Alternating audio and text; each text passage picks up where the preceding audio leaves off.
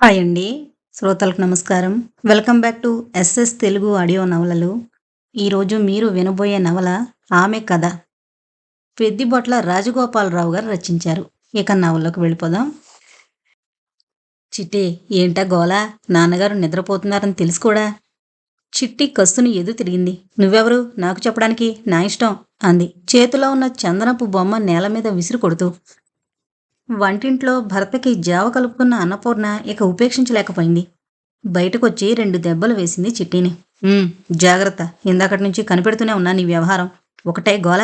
అసలే రోగంతో నిద్రపట్టక ఆయన అవస్థపడుతుంటే ఏదో భగవంతుని దయ వల్ల కొంచెం విశ్రాంతి కలిగిందని కాస్త ఊపిరి తీసుకుంటున్నాం. ఆడుకుంటూ ఉంటే మాత్రం అంతంత చప్పుళ్ళు చేయాలా? పైగా అన్నయ్య మందలిస్తే తిరగబడతావా? బుద్ధి లేదు? ఇక ముందు ఎదురు సమాధానం చెప్పి చూడు ఏం చేస్తాను అని గట్టిగా మందలించింది కూతుర్ని అన్నపూర్ణ. అబ్బా, పోనీలేవే, ఏదో చిన్నపిల్ల, దాని సరదా దాంది. నాకసలు నిద్ర పట్టింది గనకనా అని అంతలోనే దగ్గు ముంచుకు రావడంతో ఆయాసపడసాగాడు రామయ్య. తండ్రి మాటలతో ధైర్యం వచ్చిన చిట్టి బుంగమూతి పెడుతూ, చూడండి నాన్నగారు, అమ్మేమో ఎప్పుడు నన్నే తిలుతుంది, నేనంటే అమ్మ కోపం అని తండ్రి పక్కలో దూరింది. తల్లి తిరిగి కొడుతుందేమోనన్న భయంతో. తప్పమ్మా, తప్పు, అలా అనకూడదు. అమ్మకి అన్నయ్యంతో నువ్వు అంతే. అల్లరి చేస్తే ఎవరినైనా కోపడుతుంది. మరి నువ్వు కూడా అన్నయ్యలా బుద్ధిగా ఉంటే అమ్మ నిన్ను ఏమీ అందు. మా అమ్మవు కదూ, అల్లరి మానేస్తావు కదూ. ఇంకా ఆ పైన మాట్లాడలేకపోయాడు. దగ్గు తెరలు తెరలుగా రాసాగింది. ఏమండి, మీరింక మాట్లాడడం ఆపండి, ఎంతైనా పుణ్యం ఉంటుంది. చిటి తల్లి, ఇలారా, నాన్నగారిని ఆయాస పెట్టకు అంది అన్నపూర్ణ. బాబోయ్, నే రాను, నన్ను కొల్తావు అంది భయంగా చూస్తూ. కొట్నమ్మా, నిజంగా కొట్ను, నువ్వు నా బంగారు తల్లివిగా అని ప్రేమతో పిలవగానే చిట్టి వెళ్ళి తల్లి ఒడిలో వాలిపోయింది. రామయ్య దగ్గి దగ్గి మూలుగుతూ మంచం మీదే సోలిపోయాడు. అన్నపూర్ణమ్మ కళ్ళు అసురుపూరితాలయ్యాయి. మదిలో గత స్మృతులు లీలగా మెదలసాగాయి. అయ్యో, దిక్కులేని పిల్లలు ఎంత దురదృష్టవంతులో, తల్లిదండ్రులిద్దరినీ ఒకేమారు పోగొట్టుకున్నారు అని అందరూ అంటూ ఉంటే ఆ పిన్న వయసులో ఆ మాటలకు అర్థం తెలియక భయంతో పక్కనే ఉన్న అన్నయ్యను గట్టిగా పట్టుకుని ఏడవసాగింది. భయం లేదు చెల్లి, నేనున్నాను అంటూనే అన్న కూడా ఏడవడం తనకు బాగా గుర్తుంది. అప్పట్నుంచి తనకి ఏమాత్రం భయం కలిగినా అన్న వద్దకు పరిగెత్తేది. లాలించి బుజ్జగించి తనకెంతో ధైర్యం చెప్పేవాడు అన్న రఘు. నిజానికి రఘుకు తనంటే ప్రాణం. పుట్టి పెరిగిన ఊరు విడిచి తమకు ఆశ్రయమిచ్చిన దూరపు బంధువుతో ప్రయాణం చేస్తున్నప్పుడు కొత్త చోటుకు పోతున్నామన్న భయం తనకు కలగకూడదని తోవలో వింతలు విశేషాలు చూపిస్తూ తనకిష్టమైన విషయాలు మాట్లాడుతూ ఎంతగానో ఉత్సాహపరిచిన తన అన్నలో ఇప్పుడెంత మార్పొచ్చిందో తలుచుకుంటే గుండె భారంతో కుంగిపోయింది.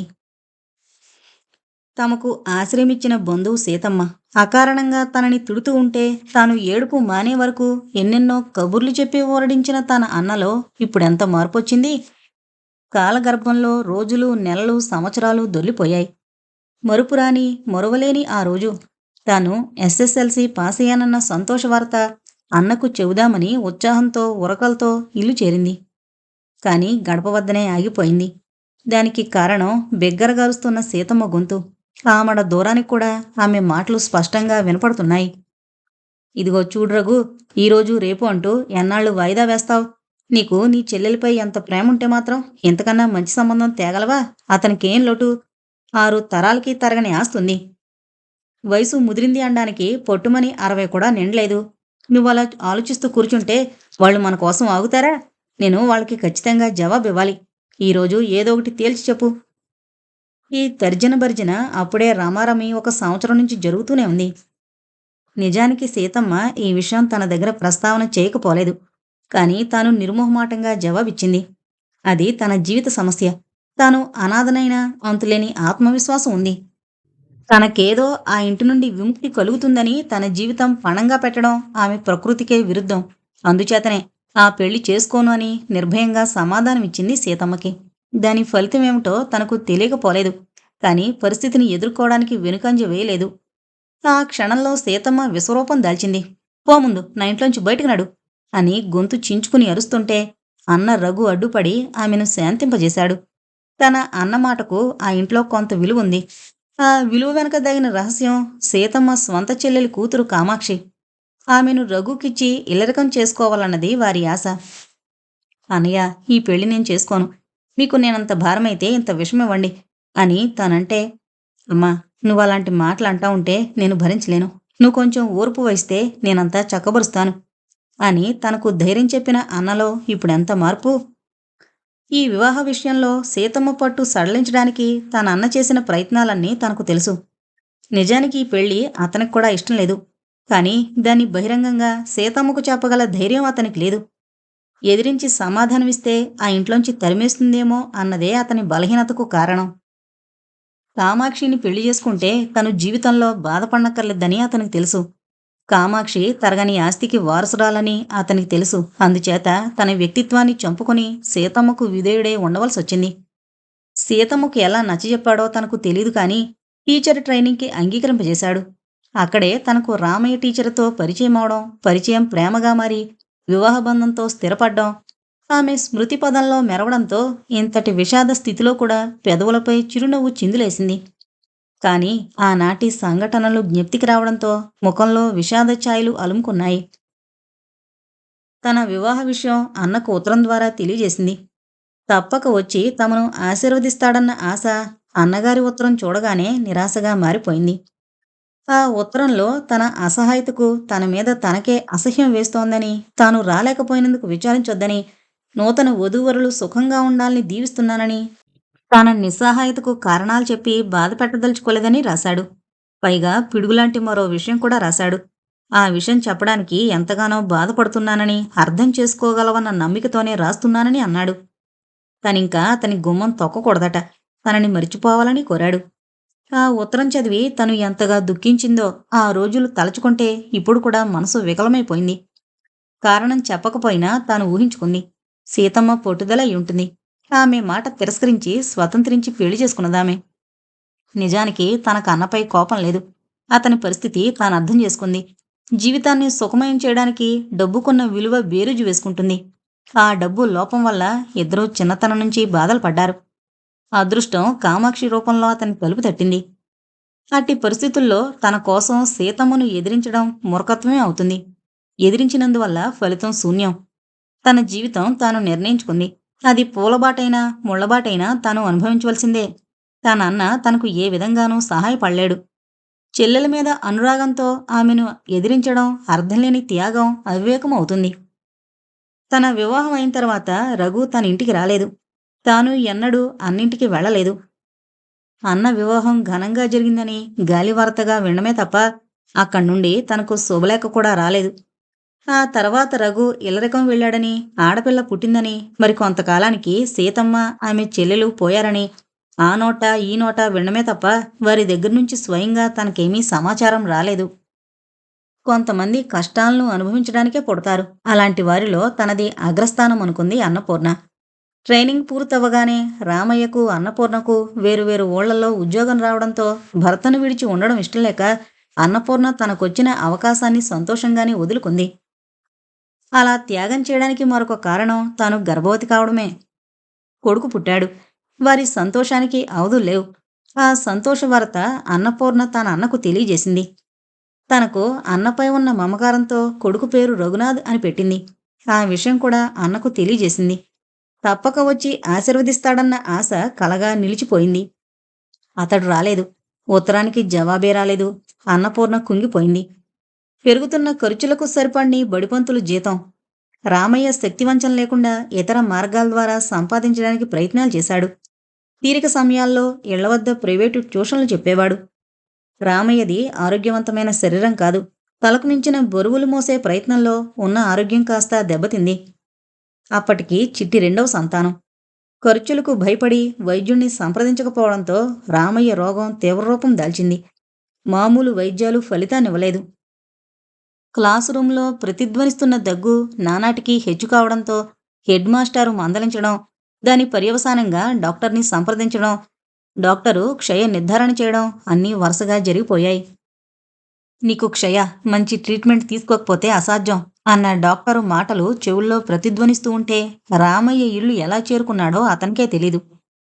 అన్నపూర్ణ ఒక క్షణం హతాశురాలైపోయింది. కాని మరుక్షణంలోనే ముందు కర్తవ్యానికి సంసిద్ధురాలైంది. భర్తచే స్కూలుకు సెలవు పెట్టించి డాక్టర్ చెప్పినట్టు మందులు, టానిక్కులు, ఇంజెక్షన్లు ఇప్పించింది. చేతికందిందల్లా మీ డబ్బు తెచ్చింది. తానెక్కడైనా ట్యూషన్లు చెప్పి లేక ఏదో పనిచేసి సంపాదించడానికి భర్త సేవ, చిన్నపిల్లల సంరక్షణ అడ్డు తగిలింది. అటు వైద్యానికి, ఇటు సంసారానికి లోటు రాకుండా గడిపే ప్రయత్నంలో ఆమె తీరని వ్యధ అనుభవించసాగింది. అమ్మా, ఈరోజు పుస్తకాలు లేవని మాస్టారు నన్ను స్కూల్ రూంలో నుంచి బయటకు పంపించేశారు అని దీనవదనంతో కొడుకు చెబుతూ ఉంటే ఎంతగానో కుమిలిపోయింది. రఘునాథ్కి చదువు మీదున్న శ్రద్ధ దంపతులిద్దరినీ ఆనందసాగరంలో ముంచెత్తేది. టీచరు అతని పుస్తకంలో గుడ్ అని రాయని రోజంటూ లేదంటే అతిశయోక్తి కాదు. హెడ్ మాస్టారు రఘునాథ్ని ఎంతగానో మెచ్చుకుంటున్నారని భర్త సంతోషంతో చెబుతుంటే తన మాతృహృదయం ఎంతగా ఉప్పొంగిపోయేది. పుస్తకాలు కొనివ్వడానికి ఆ రోజు తాను పడ్డ అవస్థ వర్ణనాతీతం. ఆ పరిస్థితుల్లో ఉన్న ఎకరం పొలం అమ్మక తప్పలేదు. ఆస్తి హరించింది, కానీ రామయ్య రోగం మాత్రం దినదిన ప్రవర్ధమానంగా పెరుగుతూనే ఉంది. ఇక లాభం లేదు, పట్నం పోయి పెద్ద డాక్టర్లచే వైద్యం చేయించండి అని డాక్టర్ సలహా ఇచ్చాడు. అది సాధ్యపడే మార్గం ఎలా అన్నది తనకు సాధ్యపడడం లేదు. ఏమిటి కర్తవ్యం? ఈ సమస్యకు పరిష్కారం ఎలాగా అన్న ప్రశ్న ఉదయించగానే అన్నపూర్ణ గతం నుంచి వర్తమానంలోకొచ్చింది. చుట్టూ చీకట్లు అలుముకుంటున్నాయి. ఇంట్లో దీపం లేదు. వీధివైపు చూసింది. పుస్తకాలు తీసుకుని వీధి దీపం దగ్గరకు పోతున్న కొడుకు కనిపించాడు. ఎవరో గుండెలు పిండేసినట్లయింది. అంతలో దగ్గుతో గిజగిజలాడిపోతున్న భర్త వైపు చూడలేక 2 చేతులతో కళ్ళు మూసుకుంది. మరుక్షణంలో ఆకలేస్తుందమ్మా అన్న కూతురి దీనవదనం. హే భగవాన్, ఏంటి పరీక్ష? ఒక్క క్షణం అగాధంలో పడిపోయినట్లనిపించింది అన్నపూర్ణమ్మకు. అది క్షణికమైన ఆ క్షణంలో ఆమె జన్మ జన్మల బాధ అనుభవించింది. అంతలోనే మనసు హెచ్చరించింది. అన్నపూర్ణ, ఏంటి బేలతనం? నువ్వు దిగులుతో నిరాశతో కుంగిపోతే ఇంకీ సంసారానికి దిక్కెవరు? లే, ముందు కర్తవ్యం ఆలోచించు. మనసు చెప్పింది నిజమని ఆమెకు తోచింది. ఒక పక్క రోగిష్టి భర్త, మరొక వైపు రెక్కలు రాని పక్షుల్లా ముక్కుపచ్చలారని పిల్లలు. తను తప్ప సంసారాన్ని ఆదుకునేవారెవరున్నారు? మానవ ప్రయత్నం చేయడం తన ధర్మం, ఫలితం దైవ నిర్ణయం. భగవంతుడా, నాకు శక్తి ప్రసాదించు అని ప్రార్థించి దీపం వెలిగించింది. చిట్టికి అన్నం పెట్టింది. మిగిలిన అన్నం కొడుక్కి సరిపోయేటంత లేదు. గుండె తరుక్కుపోయింది. నాయనా రఘు అని పిలిచి ఆ మిగిలిందే అతనికి పెట్టింది. పరిస్థితిని అర్థం చేసుకుని ఆ కొంచెం అన్నంతోనే సరిపెట్టుకుని గుట్టిగా బయటకు వెళుతున్న బిడ్డను చూసి విలవల్లాడిపోయింది. మంచం మీద దగ్గుతో పోరాటం సలుపుతున్న భర్త చేత అతి కష్టం మీద జావ తాగించింది. 2 గ్లాసులు మంచినీరు తాగి భర్త మంచం పక్కనే నేల మీద పడుకుని మరునాటి పరిస్థితి గురించి ఆలోచించడం మొదలుపెట్టింది. 2 రోజులు ఎంతగానో ఆలోచించి చివరకు తన నిర్ణయం భర్తకు తెలియజేసింది. ఎందుకు పూర్ణ ఈ వృధాశ్రమ? నీ అన్న నిన్ను ఆదరిస్తాడన్న భ్రమ నీకు వదల్లేదంటే ఏమనాలో నాకు అర్థం కావడం లేదు అని రామయ్య అన్నాడు. నా అన్నకు నా మీద ఎంత ఆప్యాయత ఉందో నాకు తెలుసు. కొన్ని కారణాల వల్ల అతనిలో మార్పు వచ్చింది. దానికి కారకులైన సీతమ్మ, ఆమె చెల్లెలు కూడా ఇప్పుడు లేరు. నేను ఎదురుపడి పరిస్థితులు వివరిస్తే తప్పక సహాయం చేస్తాడు. ఆ సహాయం ధర్మంగా ఇమ్మని అడగను. మీకు ఆరోగ్యం చేకూరిందంటే ఇద్దరమూ కలిసి పనిచేసి తీర్చడానికి వీలవుతుందని వాగ్దానం చేసి అప్పుగా తీసుకొస్తాను. ఏది ఏమైనా ప్రయత్నం చేయడం తప్పు కాదని తోస్తోంది నాకు. మీరు అంగీకరిస్తే వెళ్ళొస్తాను అంది. ఏంటో పూర్ణ, నీ ఇష్టం. నాకు మాత్రం నీ ప్రయత్నం ఫలిస్తుందన్న నమ్మకం లేదు అంటుండగానే దగ్గు ముంచుకురావడంతో ఇక మాట్లాడలేక ఆయాసపడుతున్న భర్తకు అతి కష్టం మీద శాంతి కలగజేసి తన వెంట బయలుదేరతానని పేచీ పెడుతున్న చిట్టిని ఎలాగో బుజ్జగించి సమాధానపరిచి తాను తిరిగొచ్చే లోపల చేయవలసిన పనుల బాధ్యతలు రఘుకు అప్పజెప్పి బయట అడుగు పెట్టేసరికి బ్రహ్మ ప్రయత్నమే అయింది అన్నపూర్ణమ్మకు. మేడ మీద కిటికీ దగ్గర నిల్చునున్న రఘు ఎవరో పరిచిత వ్యక్తి తన ఇంటిని సమీపిస్తుండడం గమనించి కొంచెం పరీక్షగా చూశాడు.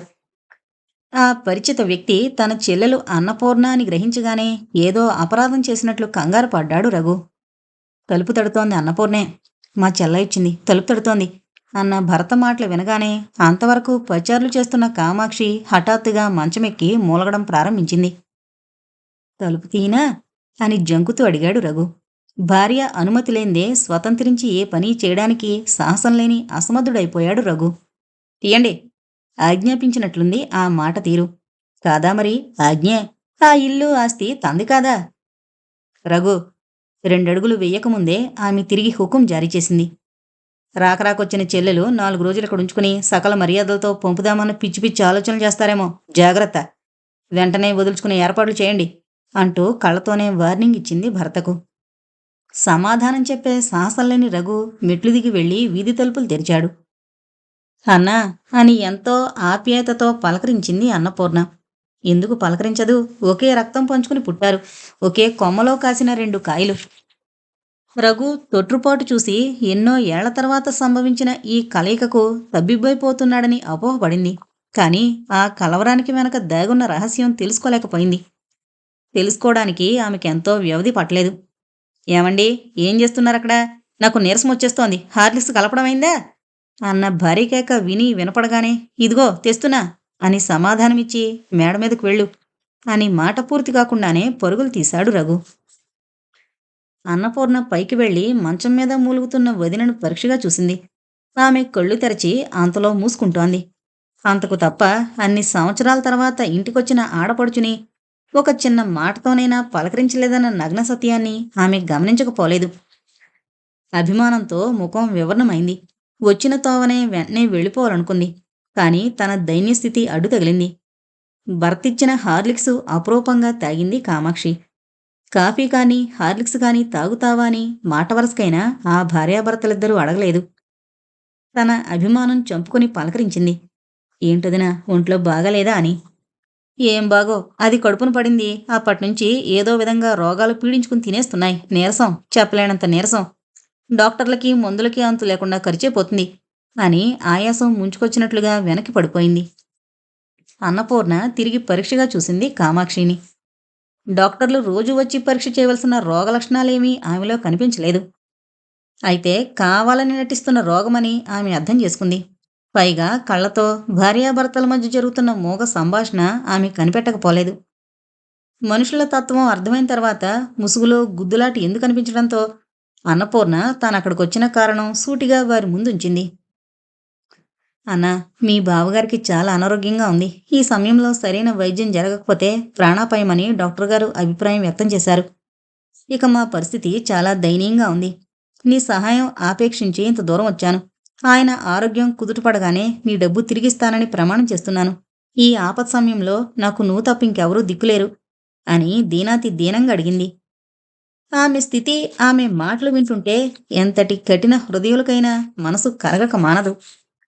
రఘు మాట చెప్పాలా? సహాయం ఆపేక్షిస్తోంది తన స్వంత చెల్లాయి. ఆమెపై అతనికి ఎనలేని అనురాగం కూడా. రఘు ఏదో చెప్పబోయాడు. అతని ముఖ కవళికలను బట్టి అన్నపూర్ణ మాటలకు మెత్తబడిపోయాడన్న విషయం కామాక్షి కనిపెట్టింది. అందుచేతనే రఘు సమాధానం చెప్పడానికి ముందుగానే ఆమె మొదలుపెట్టింది. అయ్యో నా మతిమండా, నేను మీతో చెప్పడం మరిచిపోయాను. బ్యాంకు నోటీస్ గురించి. అప్పుడే నోటీస్ వచ్చి 4 రోజులైంది. మనం క్రితం సంవత్సరం తీసుకున్న అప్పు వెంటనే కట్టమన్నారు. ఎలా కడతామో, ఈ గండం ఎలా గడుస్తుందో అంటూ భర్త వైపు చురచురా చూసింది. ఆ చూపులోని అంతరార్థం ఎంతటి మూర్ఖులకైనా అర్థమవుతుంది. అలవాటు పడిన రఘుకు తెలియకుండా ఉంటుందా? భార్య ఆంతర్యం గ్రహించిన రఘు వెంటనే తనను తాను వశంలోకి తెచ్చుకుని ఆమె మెప్పు పొందాలనే ఉద్దేశంతో తాను ముందు అందల్చిన మాటలు మరిచి భార్య అసంపూర్ణంగా వదిలిన వాక్యం పూర్తి చేశాడు. అవును చెల్లాయ్, ఈ అప్పులు తీర్చలేక రెక్కలు ముక్కలవుతున్నాయంటే నమ్ము. ఒక వారం రోజుల్లో ఈ అప్పు తీర్చకపోతే కోర్టుకి ఈడుస్తారు. ఇక మా పరువు గంగపాలు కావాల్సిందేనా? అయ్యో అని భార్య కన్నా పెద్దగా మూలిగి తాను అత్యద్భుతంగా మాట్లాడానా లేదా అన్నట్లు భార్య వైపు గర్వంగా చూశాడు. అన్నపూర్ణ వారి ప్రవర్తనకు అసహ్యంతో వణికిపోయింది. తన భర్త చావుబతుకుల్లో కొట్లాడుతున్నాడని తెలిసి కూడా ఒక్క సానుభూతి మాట కూడా అనకపోవడం ఆమె సున్నిత హృదయానికి తీరని వ్యధ కలగజేసింది. కాని భర్త కోసం ఆత్మాభిమానం దిగమింగి తిరిగి అభ్యర్థించింది. అన్నా, నేను కోరే సహాయం ఉచితంగా చేయమని అడగడం లేదు. మీ బావగారి ఆరోగ్యం కోలుకోగానే నేను కూడా పనిలో చేరతాను. మా ఇద్దరి సంపాదనలో ఎక్కువ భాగం మీ అప్పు తీర్చడానికే వినియోగిస్తాను. నువ్వు తప్పక ఈ సహాయం చేస్తావని గంపెడాశతో ఇంత దూరం అస్వస్థులైన ఆయన్ని విడిచి ఒంటరిగా వచ్చాను అంది. కంఠం రుద్ధమైంది. మాట గొంతు పెగిలి రాలేదు. రఘు హృదయం లేని మనిషి కాదు. ఎదురుగా నిలిచింది ఎవరో అపరిచిత వ్యక్తి కాదు, తన స్వంత చెల్లెలు. అంతేకాదు, తాను ప్రాణ సమానంగా చూసుకున్న చెల్లెలు. చెల్లాయ్ అని తనివి తీరా పిలిచి, ఇదిగోనమ్మా నువ్వు కోరిన డబ్బు. ఇది తీసుకుని నువ్వు ముందు వెళ్ళు. నేను కూడా త్వరలో బయలుదేరొస్తాను. నేనుండగా నీకే భయం లేదు. పెద్ద డాక్టర్ల చేత తగిన వైద్యం చేయిద్దాము. ఆయన పూర్తి ఆరోగ్యవంతులవుతారు. అనమని మనసు తొందర చేస్తోంది, ఒత్తిడి చేసింది. కాని భార్యాదాసుడైన రఘు ఆ మాటలు పైకి అనలేకపోయాడు. ఆ మాటలు మాత్రం అంతర్గతంగానే అణగారిపోయాయి. భార్య కామాక్షికిష్టం లేని పని రఘు చేయలేడు. కామాక్షికిష్టం లేదు. తన చెల్లెలు అన్నపూర్ణతో కామాక్షికి తల్లి, పెద్ద తల్లి నుండి వంశపారంపర్యంగా పంచుకున్న ఆ ద్వేషం తన వరకు వచ్చేసరికి ద్విగుణీకృతమైంది. దానికి కారణాలతో నిమిత్తం లేదు. ఇంతకాలం అన్నపూర్ణ ఎదురు పడలేదు. ఇప్పుడు అకస్మాత్తుగా తన కంటబడింది. అందులోనూ అతి దీనావస్థలో. తన ద్వేషం ఆమెను యుక్తాయుక్త విచక్షణ లేకుండా చేయడంతో ఒళ్ళు తెలియని ఆవేశంతో అరిచింది. బాగుందమ్మా నీ వరస.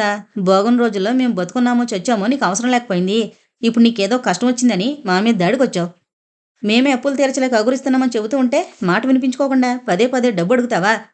నీకోసం మమ్మల్ని మట్టిగొట్టు పోమంటావా? అంతేలే నీ బుద్ధి. ఆనాడు ప్రేమించావని చిన్ననాటి నుంచి అష్టకష్టాలు పడి పెంచిన మా పెద్దమ్మని ధిక్కరించిందానివి కాదా నువ్వు? నాటికి నేడు మేం కావలసొచ్చామా? ఈ అప్పులు సొప్పులు మా వల్ల కావు తల్లి అంది నిష్ఠూరంగా.